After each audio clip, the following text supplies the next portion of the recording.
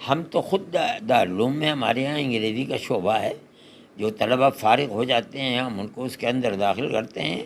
Computer کا شعبہ ہے، ظاہر ہے کہ کمپیوٹر بھی عام طریقے پر انگریزی ہی میں چلتا ہے۔ ہمیں اس سے ہمارا جو کورس ہے، نصاب تعلیم ہے، جو کتابیں ہیں، وہ ہمیں اس کی اجازت نہیں دیتی کہ ہم ان کے ساتھ کسی دوسری چیز کو پڑھیں، اس لیے کہ ہم 6 گھنٹے پڑھاتے ہیں۔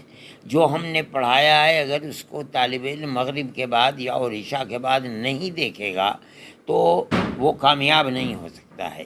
اس لیے ہم نے یہ کہا کہ آپ پڑھنے کے بعد چاہیں انجینئر بنیں، ڈاکٹر بنیں اور ایڈوکیٹ بنیں، جو آپ کا جی چاہے بنیں، لیکن ہمارے یہاں پڑھتے ہوئے آپ جو ہم پڑھاتے ہیں اس کی طرف توجہ نہ دے کر کے کچھ اور پڑھیں۔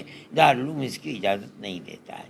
اسی لیے جو ہم نے انگریزی کا شعبہ طے کیا تھا، وہ ہم نے یہ طے کیا تھا کہ ہمارے کورس کو شروع کرنے سے پہلے ہم اس کو 5 سال دیں گے اس کے لیے کہ وہ حفظ قرآن کرتے کرتے، اور بعد میں جو ہمارا 5 سال کا کورس ہے جس میں ہم انگریزی، ہندی، جغرافیہ وغیرہ پڑھاتے ہیں، اس کے اندر ہم اس کو 10ویں پاس کرا دیں گے۔ جس دن سے عربی تعلیم شروع ہوگی ہم کوئی چیز نہیں پڑھاتے۔ اب یہ لوگ آ گئے ہیں، دوسرے لوگ، انہوں نے یہاں سینٹر قائم کر دیے گئے ہیں، وہ طلبہ سے فیس بھی لیتے ہیں اور پڑھاتے ہیں۔ نتیجہ اس کا یہ ہوگا کہ طالب علم ہماری تعلیم کو نہیں پڑھے گا، ان کی طرف توجہ کرے گا۔ جو مغرب کے بعد اور عشاء کے بعد کا وقت ہے وہ اس کے اندر لگائے گا، تو ہمارے مدرسے کی تعلیم تو دوسرے درجے کی ہو جائے گی۔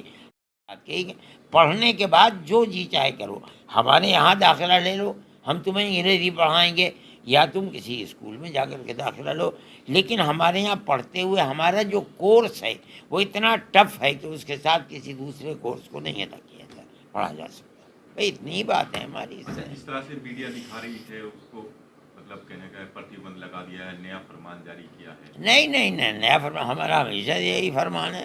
دارالعلوم کا یہ قانون ہے کہ دارالعلوم کے کورس کے ساتھ کوئی دوسری تعلیم نہیں ہو پائے گی، اس کو قبول نہیں کیا جا سکتا، ورنہ تو یہ کورس پورا نہیں ہو پائے گا۔ انڈیا پلس نیوز صرف وہی جو صحیح